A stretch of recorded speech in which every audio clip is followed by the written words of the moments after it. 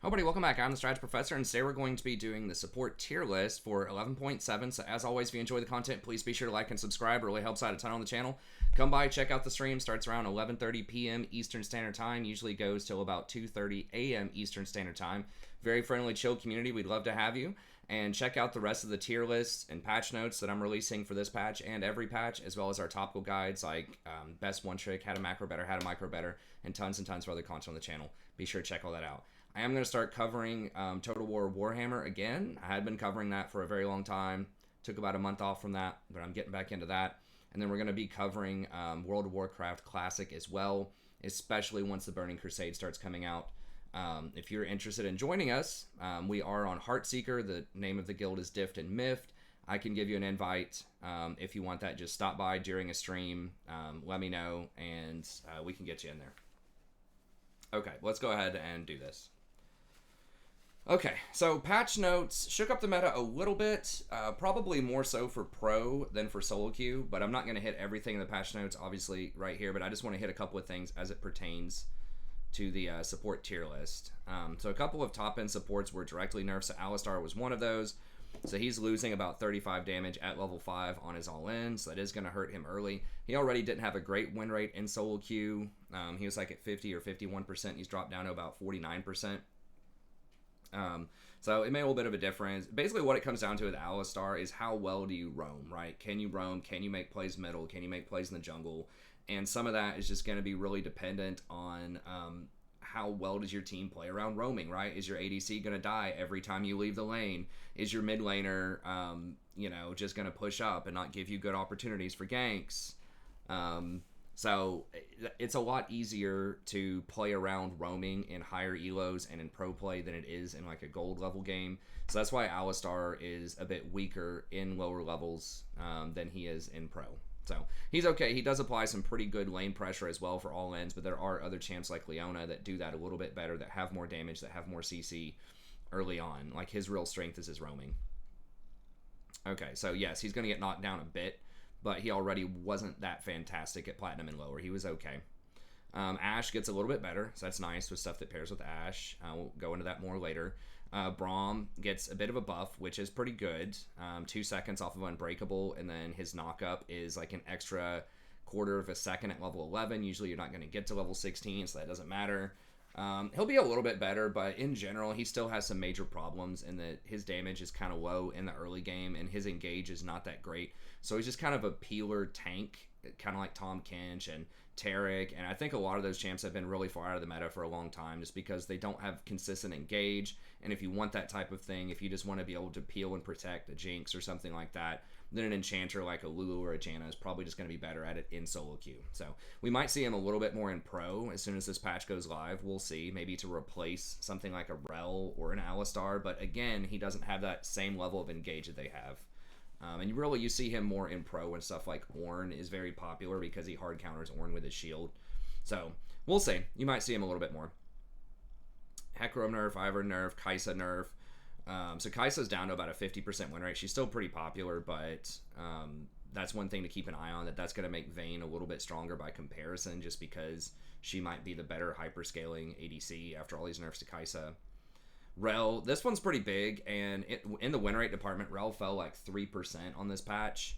We'll go into that more in a little bit, but losing this extra quarter of a second off of her E is a very big deal because usually you can trigger it on multiple targets.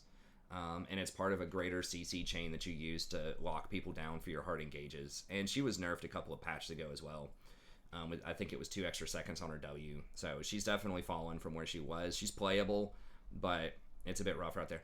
Now this one seems like it'd be a really big deal because this is what Thresh was maxing second. So he's going to be losing 40 shield on that. And he had been going Locket and Redemption. We'll go into that more in a little bit. So he did lose a couple of percentage points, but he's still one of the highest win rate mainstream supports out there. So there are still lots of ways you can play Thresh. So a little bit weaker, but still playable. Triss loses 2 AD. She'll still be playable. Varus still not going to be that great. Essence Reaver is a very big deal for Ezreal because what made Ezreal strong in general was the fact that he could skip tier and just go for Essence Reaver into Duskblade, into something like Serelda's Grudge. and he was really strong with that build. Or there's other stuff you could get to. I think he was also getting like Ravenous Hydra. There are a lot of things you could do, but the main thing that was important was he was able to skip tier, because tier is historically something that Ezreal has really needed, but makes him very weak in the first 20 minutes of the game while he charges that up. So this just changed around his power curve and actually made him very strong in the early game. Well, pretty strong. Not like Jin level strong in the early game, but pretty strong, because he got to bypass that and just get the immediate sheen for the Essence Reaver and just build a lot of AD early, still get the regen off of the passive on Essence Reaver, but do a lot of damage, especially once you got the Dirk plus Essence Reaver. You could really light people up early on. So that's what made him strong. And I fear that a lot of people are going to start going more towards that tier build. I know the Ezreals over the last few days I've played with have done that, and it's just way, way weaker. And his win percentage is down a couple of percent because of that. More Doms. So this is going to make tanks a bit stronger. This mostly pertains to like jungle and top lane, like the bigger tanks that are getting a lot of armor. This is going to be a lot less attractive for people to buy because it's going to have less attack damage and it's going to cost more. So that's going to help out some of your bigger tanks. Soraka's Grudge is cheaper, so this might be an option on primarily Ezreal, I guess. But as far as like bot lane's concerned, but obviously stuff like Zed is going to like this. There are going to be some other champs that like it, but probably won't shake up the meta too much. Trinity, I don't think is going to matter as far as bot lane goes. And then Turbo Chem Tank, this is going to be kind of rough on champions that really wanted this to engage. Now, there aren't that many supports that are mainstream that had to have this. A lot of them that would like something like this have other options like Locket or just going Dead Man's Plate for the movement speed. So it's probably not that big of a deal, but it's going to be more of a nerf on things like Skarner, Udyr, and stuff like that in the jungle. Okay, let's go ahead and get into the tier list proper here. So number one up here for me is Malachi. And I know not a lot of people talk about Malachi that much, but a lot of these nerfs benefit him because Rel was very good into him. Things like Alistar were pretty decent into him at times, at least in the early game. So it's just taking a bit of pressure off, just allowing him to scale a bit more. If you go for the AP version, which is what most people are getting, then he can be very strong. So I do play this on stream fairly regularly, so be sure to come by and check it out if you want to see some gameplay. But these are almost the exact runes I get. Sometimes I like to get Water Walking instead of Scorch, just because early game, if you get the magical footwear, you're going to be a little slow on rotations and maybe a little slow to go ward and stuff like that. So I kind of like Water Walking, and it scales better later on into the game as well. But either way, I think the AP build is still quite strong with just Imperial Mandate into Demonic Embrace. Demonic Embrace has become the de facto like really strong version of this. I had tried out like an Aftershock version before where you would get like Font of Life, and then you could go like Chemtech Putrefier if you want, but they've nerfed the lifesteal so much that people still get it, but it's not like every champion's going to have 2 lifesteal items like they used to. So Putrefier is not as good as it once was. And then Morellonomicon, I believe, got nerfed a couple of patches ago. I could be wrong about that, but I think it got nerfed a little bit, or maybe it got buffed. I can't remember. But you do have the option to get Morellos if you really want that type of effect, or you can just get Oblivion Orb and sit on it if you really need to get the Grievous Wounds. And you're still going to want to get Sork Boots most of the time. You just have really high baseline percentage damage on those seeds, and so that's super helpful. It is more expensive than stuff like Ionians, which that's kind of a feels bad. Ionians with the ability haste is very nice, but I still think you want this, especially because this has proc magic damage and Demonic Embrace has proc magic damage, and you already have really high base percentage damage, like I said. So there's a lot of benefit to Sork Boots. I would go for this. And the playstyle is a little weird. You're basically like a poke mage type of champ that also has a lot of CC. So you don't want to be hard engaging if you're afraid they're going to be able to blow you up, because you will be squishy early on. But on ganks, where you're going to be able to blow people up pretty quickly, it can be nice just to flash forward and W. So you kind of get a really good hybrid champion here who has great vision control, really, really good poke damage with the seeds. It's not uncommon for you to be number 1 or number 2 in damage dealt in a lot of games, even as a support role, even if you don't get a lot of kills. And he just has really good itemization compared to something like Zyra or Brand, 2 of the other sort of premier AP champions, especially in kind of that gold-silver range. Just because he can get Mandate, he doesn't have to get Ludens, right? Or he doesn't have to get Leandries, right? Both of which are 3,400 gold. This is just 2,500, and this also gives you some pretty nice tankiness with Demonic Embrace. So not only is it poke damage, like it is on Zyra and Braum, but you also get some benefit, like I said, out of the tankiness that it can give you with the health and with the extra armor and magic resist. So it's just kind of a perfect item for him overall. So really good itemization, really good utility, great CC, good flexibility. You can also go for a tanky version, which is not that much further behind. It actually has a higher win rate, but especially if they have a lot of AD they're stacking on their team, this can be a really good option if they're like 3 or 4 heavy AD champs. If you get Deadman's early, that gives you some really fantastic movement speed so that you can actually run up to people and engage with your W. Combine that with something like Plated Steel Caps or Mercury Treads, and then you can just go into Thornmail, which again is going to be really heavy on the AD, and that's going to give you your Grievous Wounds effect. So those are really powerful options. Or you can split a little bit and go for like Abyssal Mask, which isn't as common but has a decent win rate if they do have a decent chunk of AP, and you're also looking to add that little bit of extra damage for your team because it's going to be longer fights. That is an option, but usually it's just going to be Deadman's and the Thornmail, and the game's probably going to be over by then. But you do have several options there. And of course, if you're going that build, you would want to go for Aftershock. So he's flexible, a lot of different play styles, all of which are pretty strong right now. So that's why he's my overall number 1 pick. Even though a lot of people are not going to have him there, statistically it's there, theoretically it's there.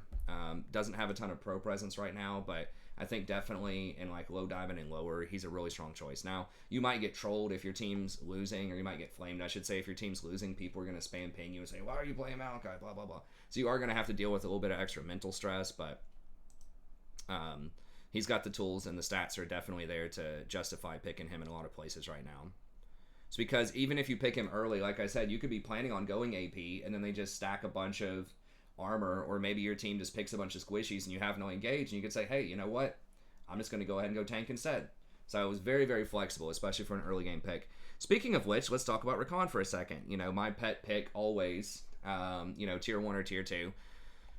But you are seeing him a little bit more in pro. I don't remember if Xayah is becoming more popular, I think, right now in pro as well. Now, I think she did get Essence Reaver, I believe, and that did get nerfed on this patch. So he's good in pro, but even in solo queue, I think he's still going to be strong. And he's got a lot of similarities with Malachi in the sense that he's just very flexible. So traditionally, you want to go for W max, and then as far as items, a lot of people are going Shurelya's. I've been a little unimpressed by this item, honestly, recently. Like, it is nice if you have like a Darius or Garen or some other stuff and you just need to run in and make plays. It can be very good, but the proc damage is really underwhelming. And I still think there might be some circumstances, especially if you find yourself winning lane pretty hard, where Imperial Mandate can be good. Obviously, it was nerfed a few patches ago, so you're going to lose some damage. It's like Rakan, if he has his ult, you go in with your W, you trigger the Mandate with your R first, and then you knock him up with a W.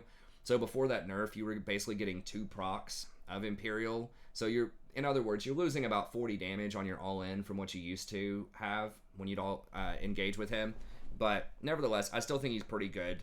So either Shurelya's or Mandate, and then after that, this is where the options start coming in. If you're snowballing pretty hard with an AD carry like a Jinx or a Twitch or something like that, you can go for Ardent Censer. Staff of Flowing Water is always a good option. He has fantastic scaling with his AP. Like a 1.6 ratio on his shield. And I think his ult is only like a 50% ratio. His W is like a 0.9. His Q, I think it's like a 0.6 damage wise and like maybe a 0.7 heal wise. So he has very, very good ratios, scales super well. And then this gives out movement speed, which is obviously fantastic for you. So you can go in there and get out safely before you get chain CC'd. And it gives your team that big amount of shield, especially if you take Font of Life, which is really common on him as well. Anyone that auto attacks the person you engaged on is going to get that movement speed, so they can kite, run them down, reposition, whatever they need to do. They're going to have that movement speed. So super fantastic item, very cheap as well, 2,300. The only knock on it is it doesn't have ability haste, and he really, really wants ability haste because he has very strong cooldowns, but they're all kind of long. So like your shield is 12 seconds and your W is 12 seconds in team fights. So you really want ability haste. And you are squishy. You don't have armor, you don't have health, and you are going to get hit sometimes whenever you go in. So you got to be a little careful with that. But this is kind of the greedy option just to really power up your team. The other option, which is a little more common, is going to be Zeke's. This fixes several of those things, right? You're going to get the health, you're going to get the armor, and you're going to get the ability haste. It is slightly more expensive, but not by much.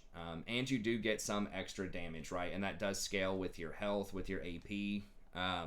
It's pretty good on hit for a single target. So this can give your Jinx a little bit more damage, or even an Azir or something like that that's going to be doing a lot of magic damage over time. It can be good. So Zeke's is kind of the safer option if you just want to survive. It's going to have much less team benefit, because remember, this benefits your entire team. It's like 5,000 gold worth of value if you get this buff on everybody in a team fight. But this is still going to be pretty good. And then Redemption, I don't like going that second, but I could definitely see it as third, especially if you already have Staff of Flowing Water. This just sort of helps mitigate a lot of the like huge AoE damage that you might see in some comps with like an Amumu or a Rumble or something like that. That can be pretty good, but it always runs the risk of your team running out of it, not getting any benefit. It just takes a little bit more skill and coordination to use Redemption correctly. So if you want to get it, I would probably get it third, but a lot of games I just skip it because it's just not worth the trouble anymore. It used to be extremely good back in the day, but I think there are better options now, mostly Staff of Flowing Water being the more consistent, strong option in a lot of circumstances. And you can even go Staff of Flowing Water and Ardent Censer if you want to give like the super buffs out to your team.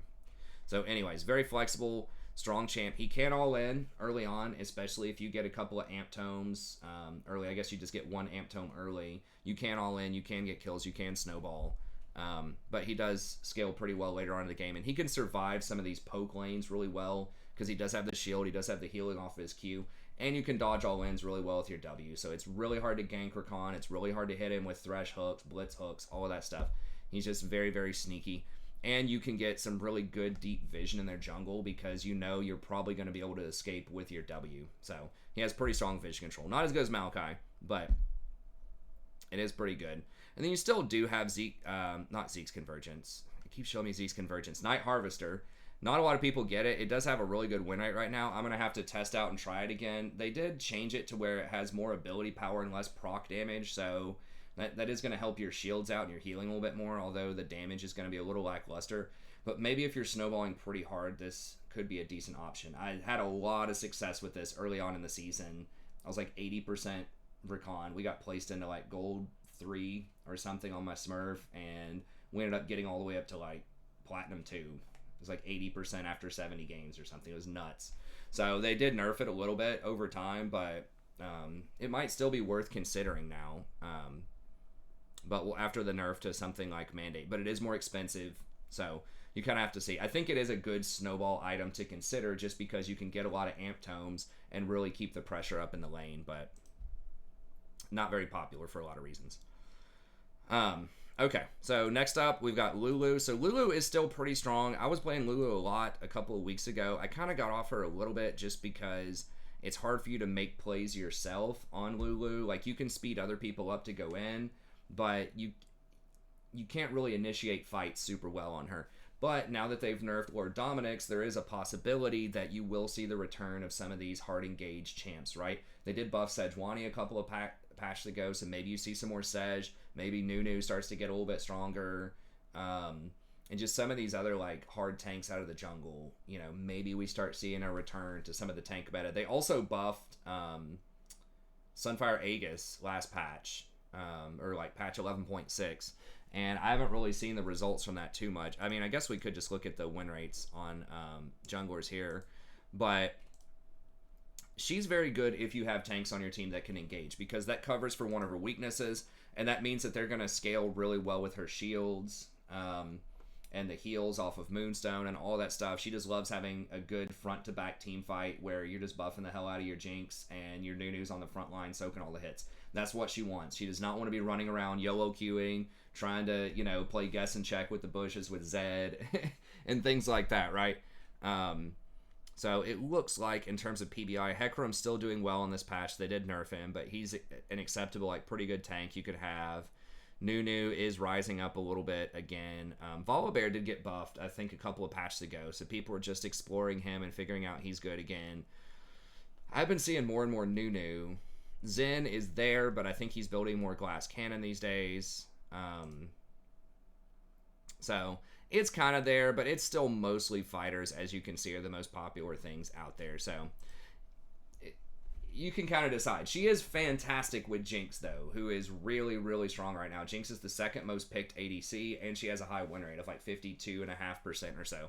So absolutely fantastic with Jinx because you give her the protection that she needs, and you really buff up her auto attacks a lot. And that what it really comes down to with Lulu versus something like a Janna or a Nami or other enchanters in my mind is that Lulu just presents such a great diversity of threats that the enemy has to deal with, and it's really hard to do it with just like a single champion or with single items.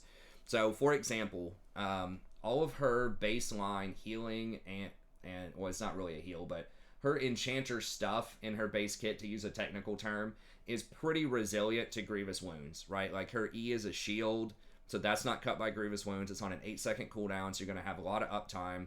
And then whenever you shield somebody, when they auto attack, then they're basically going to be doing like an extra 80 to 100 damage in the mid game, because when you shield them, it puts picks on them. So that's really good if they have a lot of attack speed. And then you also have your ultimate, which boosts them up, and that's an infusion of health, so it does not count as a heal. So it's not reduced by grievous wounds. This used to be a liability in the past when people were getting a ton of plus healing and shielding, but these days, when it's pretty skimpy on the plus healing and shielding, it's actually a benefit, because Moonstone, almost every enchanter is going to get that. It doesn't have any plus healing and shielding on it, and then usually after that, what you're getting is Staff of Flowing Water. That's only going to have 10% plus healing and shielding. So, you know, in the past, you were probably looking at, in the mid-game, maybe having 20 or 30% plus healing and shielding. You know, it wouldn't be uncommon on a lot of enchanters to go for something like Mikhail's Redemption, you know, back in Season 10. But now that there's not as much plus healing and shielding, you're not losing out on the plus healing and shielding on your ult, right? Because plus healing and shielding doesn't affect your ult either, right? So Grievous Wounds doesn't affect it, but conversely, you don't get a benefit from plus healing and shielding. So that kind of was a little rough on her in the past, but has turned to her benefit. And then she has some of the biggest buffs that are basically guaranteed. You have picks you put on them with the shield, and then your W gives your ally movement speed and gives them a lot of extra attack speed, usually like 35% extra attack speed. So now they're really cranking out those extra picks shots. And if you get Ardent Sensor, that's even more attack speed, even more on-hit damage. So it's fantastic buffs to some of these hyperscaling champs. So she's great with Jinx, Twitch, Vayne, just anything that's going to get a lot of attack speed. Lulu's going to be really good with them. So overall, I still think she's going to be really solid. And just like quality of life buffs that she has maintained that other supports have not. So for example, Janna used to be a major competitor with Lulu, but if Janna's shield breaks, they no longer get the AD bonus. And it decays over time. So you start losing the value on your shield, and it's a longer cooldown. It's a 12-second cooldown. Now you can reduce that by hitting them with pieces of CC, but overall it's very conditional, and it feels bad. Versus Lulu is an 8-second cooldown on her shield. They keep the picks, so they keep the damage buff, even if the shield breaks, and it maintains its maximum value of shield for 2.5 seconds, which is usually enough time to get the full value out of it. They're going to break the shield in 2.5 seconds usually. So all of those kinds of things are very nice. Your ultimate's also on 120-second cooldown. Janna's 150-second cooldown. You can use Lulu's proactively, and it gets around Grievous Wounds. Janna's, you have to wait for the right positioning and use it reactively. So Janna's still good. She can have a lot of things going for her, but this is why Lulu has been more successful in this season, I think. Okay. Then we have Thresh. Thresh did get nerfed on this patch, as we talked about earlier, but he's still going to be really strong overall if you're good on him. And the fact that he is such a high skill cap champion and people are still finding ways to get a high win rate with him means that he's going to be pretty strong. So a lot of the new items have benefited him quite a bit. Locket is just fantastic. That's exactly what he wants. Defense, shield, CDR. He really loves the cooldown reduction, right, or the ability haste as it's called this season, just because his Q gets a flat 3-second cooldown whenever you land it on somebody. And so the lower your cooldown gets from ability haste, the more value you get out of your Q, right? So if you can get down to 10 seconds on your Q, you hit a hook, then it goes down to 7 seconds. If you can get down to 6 seconds on your Q, then it goes down to 3 seconds. That means you're going to have almost a 50% uptime on your hooks. So that's really one of the biggest tales that a lot of people have not talked about, is just how strong ability haste is on Thresh and just how prevalent it is right now in this meta. So you get ability haste there with Locket, and then a lot of times you'll get redemption as well after that. So this just gives you supreme teamfight control. Then you can go Guardian and just kind of play it on the back line, almost like an Enchanter. Get really good scaling off the plus healing and shielding on redemption. You also have Revitalize and Font of Life. So those are all really good options. And like a lot of these top-end picks, he is going to be very flexible. So you can still get some of the tankier options if you want to. Now, I would not recommend doing Chem Tank anymore. I don't think Shurelya's does have a good win rate, but I mean, it can work. But I still think Locket is probably what you want most of the time. But you can go for either like a Zeke's or a Thornmail if you want to get in there and be a little bit tankier. Keep in mind that Thresh is pretty squishy in the early game. He has kind of high base health, but he has really low base armor and like literally 0 armor scaling. You have to pick up souls. So if you're completely dominating your lane and picking up every soul, he can get pretty tanky by the mid game. But if the lane's going even, or definitely if you're losing the lane and you haven't been able to pick up as many souls, then you're going to be a bit squishier. So just keep that in mind, that he's not going to be as much of a frontline soak all the hits as like a Rel or a Leona or an Alistar or something like that. So you really want to play him back most of the time as an engaged type of champ. Now in the laning phase, yeah, you can go forward and get some kills if you land that hook for sure. But just going into the mid and late game, usually you want to transition to be more of a utility type of champ. And as you can see, his win rate falls off pretty hard in the mid to late game. So you really need to start snowballing, landing those hooks, and getting ahead early. But overall, still going to be a very good champ, very difficult to play, but also strong. And then we got Bard, and I did move Bard up just a little bit. I think his win rate has been trending up. He's been pretty solid a lot of the preseason, like 51 or 52%. One reason, and I played him a lot near the end of last season, maybe I'll try him out again. But one reason I kind of went off Bard a little bit is so many people are running Gale Force, and that just gives them a really easy way to dodge your ultimate. And yeah, you can play around it, but it's just one more thing you have to deal with if you're trying to land a good ult. So that kind of sucks. And then they also got rid of Athene's Unholy Grail, which was fantastic with your W, because your W is a pretty weak point-click heal. But if you had Athene's fully charged up with it, it was actually a pretty respectable heal that you could give somebody in an emergency situation in a fight. So not having the Athene's feels bad, but Locket is still going to be pretty good. Great team fight option with him. You can do Shurelya's, although again, I think Locket's just the most consistent value that you're going to get. And Deadman's is really good too, kind of like I was talking with Malachi. The movement is just good, and it's permanent, right? It's almost like you have double mobility boots when you have this. So that's going to allow you to run around, get your chimes, power up more, play the roaming game a little bit better. It just really does a lot of the stuff that Bard wants to do. And it allows you to get closer and land auto attacks. So you get that damage with your meeps, and you don't have to be as afraid of getting blown up if you do that. So I think that Deadman's either first or second can be very strong. Now, we are seeing some people go Cosmic Drive second. I'm not sure how you get to 160 ability power. Maybe if you're going Mandate. Mandate does give 15 ability power per mythic. So I guess if you're wanting to go that, you could go for Spell Thief's Edge plus Mandate, and then Cosmic Drive, and that might be enough to get you to 160, but the problem is his AP ratios aren't fantastic. I think his Q is a 0.6. Might be a 0.7, but it's on a pretty long cooldown, and the meeps have a 0.3, but that is 0.3 per meep, so if you have 3 meeps, I guess you get to auto-attack several times, but I'm just not sure. I mean, it does have a high win rate. I'll have to try it out. I've not played against it. I have not played it in a while, but that's something worth considering, but I still think that the redemption is a very good option on him, because when you land this on somebody, like, you know a fight's going to break out on that person most of the time, right? So you can go ahead and set the redemption to land right on top of them. As soon as your ult hits them, they're hourglass for 2.5, throw the redemption on there. It's going to hit them for that 10% true damage, and then any of your allies that are running in there to finish them off will land it as well. So I think redemption's a pretty good option as well. And I have seen some Frozen Heart against very heavy AD teams can be okay. You don't really need the mana, but this can help you become a little bit tankier if that's what you want. So good utility champ, lots of stuff you can do with the ultimate, fantastic, best in class roaming, really, especially after Alistar got nerfed kind of hard. This might be the new cowboy in town for, roaming and solo queue. So again, you're not going to see him in pro that much just because he is very skill reliant and there is a lot of counterplay to his kit. But overall, he's still going to be pretty good. Excellent if you have a jungler that you think is going to camp for you as well, especially if you're on red side, right, where you can just come through that really long wall and get behind people. That's good for like 2 or 3 kills every game in a lot of circumstances. So he's very, very good if you have a really aggressive, proactive jungler, like a Zen Zhao or something like that is really going to love having a Bard on their team. Okay. And then just a few more here, and we'll call it a day. I think Leona is still going to be pretty good. She's someone that just a lot of people don't talk about that much anymore, but she's still really strong. She's got 51% win rate, so it's not as high as it used to be.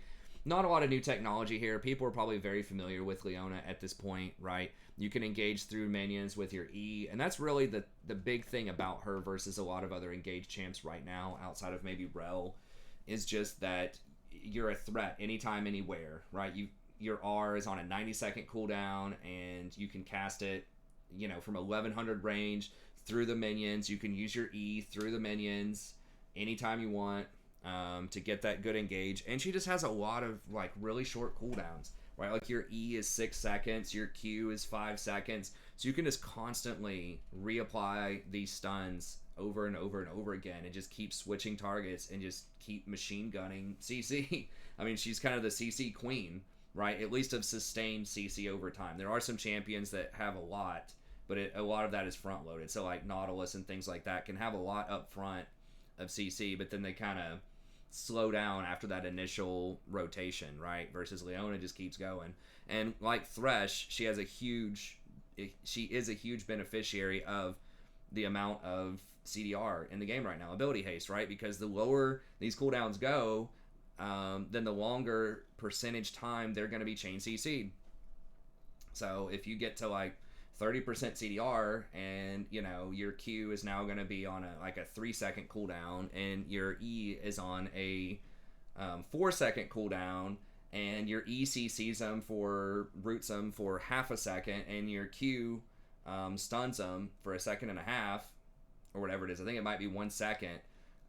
You can potentially stun somebody for 50% of the time, right? Because by the time they wake up out of that, chain, then it's just going to be 1 or 2 more seconds before they can chain you again. So she's just very sticky. She's really hard to deal with. She's one of the best snowballing aggressive supports out there just because she presents so much threat on such a low cooldown.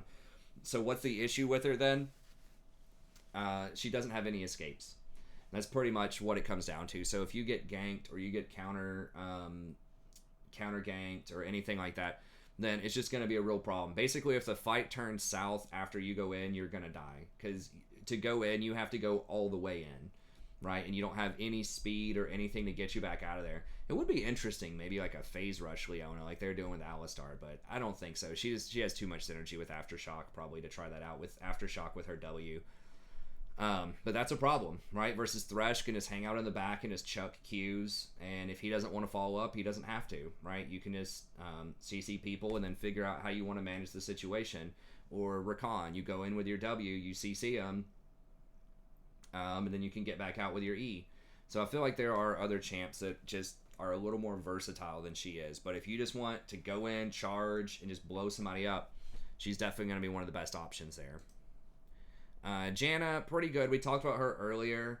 She is great if you're trying to protect a really strong backline, like a Jinx primarily, but also a Twitch. A lot of the same stuff that Lulu is good with, Jana is good with. Just the difference between them is Jana is going to have more displacements. So if you have people that are trying to dive and get to you on the backline, like a Jarvan, Zach, Hecarim to some extent, Nunu, Rammus, those types of things are kind of difficult for Lulu to deal with because your only displacement is your ult, and someone has to be close enough to the person to displace them. So what that means is if they can just run through your Q, if it's like a Nunu that's immune to slows, or if it's just not going to do anything to Rammus, doesn't do anything to Jarvan, or Zen Zhao or Lee Sin trying to jump at you, She just has a hard time dealing with that, right? Versus Janna can deal with that. She's got the tornado. She has her ultimate to push everyone back. So she's just really good at controlling the positioning in fights. And that ultimate is definitely like a game-breaking ultimate, right? If you get that off and you just completely heal everyone to full, it's going to be really good. So if you have the much higher scaling team and you just need to protect your backline, then Janna is going to be very good. So if you're rolling with, Jinx and they have something like a Jin and you can just survive the laning phase, you're probably going to dominate hard late game. So very situational. She does not have engage. She doesn't have anything to speed her allies up into an engage unless you're like frontlining and they're running towards you, which you don't want to do. She's just a little bit more extreme, right, on the defensive side. So if that's what you need, she can still be fantastic. She still probably has a good win rate. I don't remember exactly what it is. It's probably like 52%, 51.5%. So she's still going to be really solid. It's just a little more situational, but fantastic in the right situation. Nami's still pretty good. She's the enchanter that you want to pick if you want a kill lane, but you still want an enchanter for later. Because if you can get good at landing those bubbles, it's so awesome with chaining that together with like Jin or Misfortune or Draven or some of these other kill lanes. She can just be fantastic. The problem is you got to land the bubble. A lot of champs are still going to have dashes in the laning phase. Some people are still going to be getting Gale Force. And you just kind of have long cooldowns. Right, it was sort of like Janna Itis that I was talking about earlier, where it's just like a pretty long cooldown on a lot of her stuff. And like your ultimate is really slow and pretty easy to dodge as a primary form of engage, so you kind of have to have other people step in with you. But she does get she can manipulate movement speed a lot, right? So you can buff up your allies with your E to have them speed up a little bit. And then when they auto attack somebody, it's going to apply slows to them. And if you have Staff of Flowing Water, then you're going to be able to speed your team up even more. She's still very good with Mandate as well, because when your ally auto attacks them, it applies the slow and applies the damage as well. So that was much better when there was no cooldown on Mandate. So she was one of the big victims of the Mandate nerf back when she had like a 53 or 54% win rate earlier in the season. But she's still going to be pretty solid. And the last couple of champs I'll talk about here, we've got Nautilus. He's still pretty good. Like, the problem with Nautilus is just stats, right? Like, he's just squishier. Like, his base armor is lower than like a Leona's and a Rel's. His shield is pretty wimpy compared to their defensive capabilities. It's on a 12-second cooldown, and I don't remember the exact scaling on it, but it just feels like you're just way squishier than like a Leona or a Rel in a lot of situations. But you do have that point-click ultimate, which is very nice, especially against highly mobile champs. They can't dodge it. They can't Gale Force out of it or, Ezreal E out of it or whatever. It is going to hit them. So that is handy. And it can knock up multiple people. And the fact that it's a knock-up. It's not reduced by Mercury Treads. They can't Quicksilver Sash it. The support can't Mikhail's it. So it's a really good form of CC. And then you have, of course, your Q has a massive hitbox. It's one of the best hooks to hit open field. It's really hard to juke that thing, and it's just a very fast wind-up, too. Versus Thresh has a much more narrow hitbox, and you have that half-a-second wind-up. So it's just easier to hit. Nautilus is open field. The downside to that is you can't throw it over walls, right? So he's one of the only hook champions. He might be the only one that can't use his hook over the wall, right? So Thresh can go over the wall. Blitz can go over the wall. Leona can jump over the wall. So it just makes it really weird in certain situations around choke points and things like that to land a good hook. But he does also have really good wave clear, although the mana is very expensive. And this is another thing that kind of brought him down a little bit from Season 10, is they got rid of the old Presence of Mind, which would give him like 500 mana in the mid to late game. He doesn't have that anymore. And his E is very expensive. If you max E first, which is what people used to do on Nautilus, it's like 90 mana every time you use it, so it's very expensive. So he has really good wave clear, and that's something that a lot of other like tanky supports don't have. So you can get priority and push to go contest dragons or rotate or whatever. It's good, and it's really good damage. Like in a team fight, if you can survive, you can just spam your E, and it's just going to put out a ton of slows and quite a lot of damage. He also really liked the old Gargoyle Stoneplate. So he does have unique things about him that can be good. It's just those things have been nerfed directly and indirectly over time. I wish they would buff him and just lower his E cooldown to plus 5 mana per level. So start at 50, then 50, 50, 55, 60, 65, 70, that would immediately make him way better. I don't think they're going to do that, though, because he still is, like, okay in pro, and when he's good in pro, he's very dominant because, like I said before, just the consistency of his engage and how much CC he has, he's very difficult to deal with when he's in the meta, so he's probably just going to be chilling right now. I don't think he's terrible. He might even have a similar win rate. It's close. It's like 50%. I think Leona's like 51. So he's in the ballpark of some of these other champs, but that's just been a little rough. And then I kind of have Alistar and Rel down in the doghouse here. I talked about them earlier. Like, you can still win with them. Ali's under 50%. I would just rather, if you want to roam, play Bard. If you want a more solid, like, engaged champion, probably just play Leona. Like, he does have unique properties about him that are very strong, but I'd probably rather play something else. And then Rel, she does still have, like, unique properties to her kit. She can be strong, but these recent nerfs definitely have taken a toll on her. So you can pick them if you want, but they've been nerfed. Same thing with Seraphine, although I think Seraphine's win rate, actually, it's pretty bad. His support, it's like 49%. So remember, they nerfed her damage on her auto attacks a lot from her empowered auto attacks with the notes. And it looks like she just never really recovered from that. So she's still pretty good. She has great teamfight presence with her ultimate. It's just her poke is a little weaker. And I think they increased the cooldown on her ult by like 30 seconds to 180 at level 6. So you're pretty weak without your ult in team fights. Like, your W is nice. Like, you have some stuff you can do, but you really need that ult. So it's just a huge window of vulnerability. So you can still play her if you want, but I would rather just play Lulu or Janna. So I run Brand, still playable, still good, like high pressure champs in the early game. Their items are just really expensive. If you're going for Leandre's Demonic Embrace, which are the two most common items. So you have a lot of damage, but you are squishy. You do have a hard time with vision. Zyra less so. That's why I have her a little bit higher. Just because you can use your plants to help you scout. But if you get flanked by Zed or any of these other, assassin type of champs, you're going to be in big trouble. And they have a hard time engaging as well. And they're sort of shorter range. So if you hard dominate early with like Jin or something like that, they can be really good. But I would just rather play Malachi. If you like playing them, try out Malachi. I promise you'll like it. His laning phase is potentially a little weaker if they don't try to go in the bushes. But that means they're not in the bushes on you, right? So that means that you have bush control on them. So that is handy. But it's less likely you're going to get kills like super early on unless they just really screw up. But I'm telling you, that extra vision just keeps you so much safer than most other AP champs, and your scaling and your damage is just going to be shocking in the late game. When one of those seeds is just like knocking off like half of the health of one of those squishy champs early or later on, rather,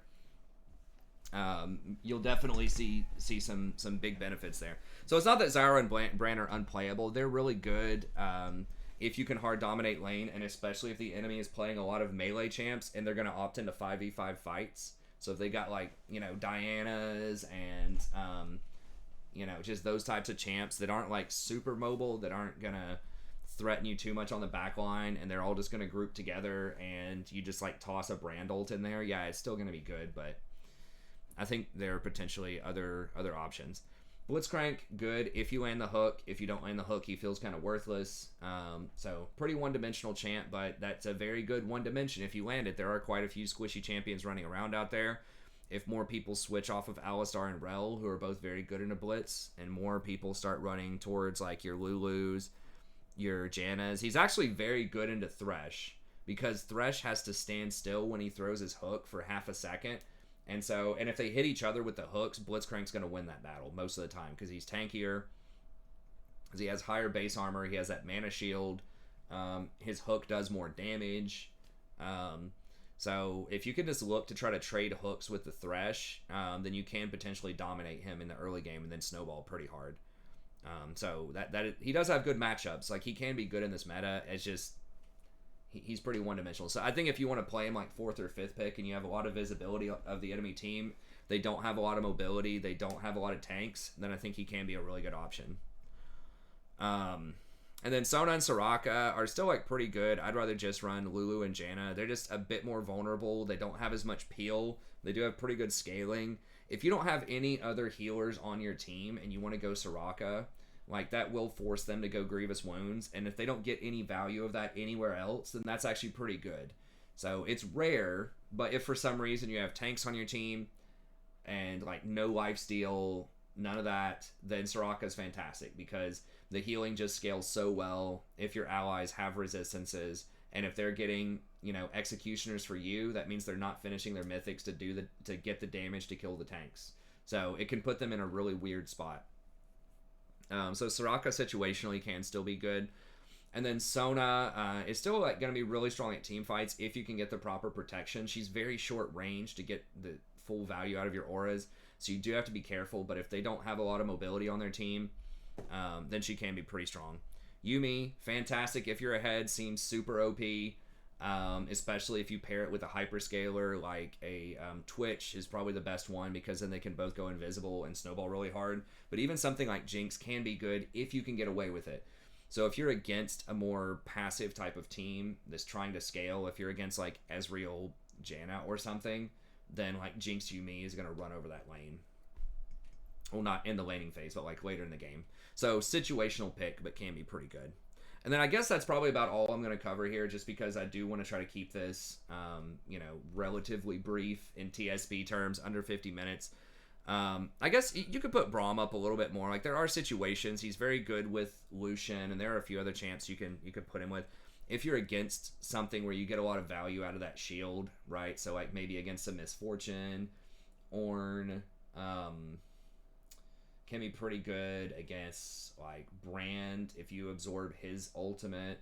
So there are several ways you can use that shield. So he's playable. He's like a 50-ish% win rate, but there are probably better options out there. Zillion is one also, and this will be the last one that I talk about, who can be really good. I don't know what his win rate is right now, but he's kind of under the radar. I always have people asking me about him. If you consistently land that double bomb and you're just, a god on Zillion, then he can be good. It's just, I feel like there's a lot of counterplay to his kit overall. Yeah, he's still got a 52% win rate. There's a lot of counterplay to his kit overall in that they can usually dodge the bombs, and, with the ultimate, they can just, wait out the timer sometimes. Now, sometimes they'll just have to kill him anyways, but sometimes they can wait out the timer, and that can kind of be a feels bad. But he is very good. If the enemy team is, like, all in, on the all-in comp, I should say, right? If they're, like, very heavily indexed towards engaging and just blowing people up, he's got the answer, right? So against Zeds, and against like Leonas and some of those champions, you can be really good.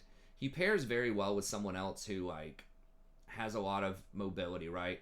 So whenever they get, and you're opting into a 5v5 team fight, so if your ally gets saved with your ultimate, then it's very important they don't just die again right after they get saved, right? So that means that your team needs to be in a winning situation so they can protect the ally once they resurrect.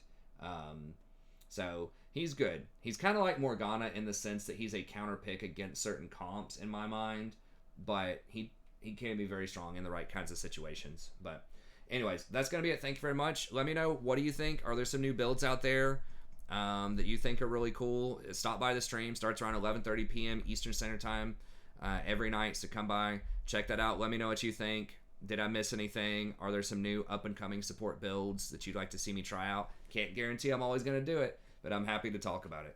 But anyways, that's going to be it. Have a good day, and we'll see everybody next time.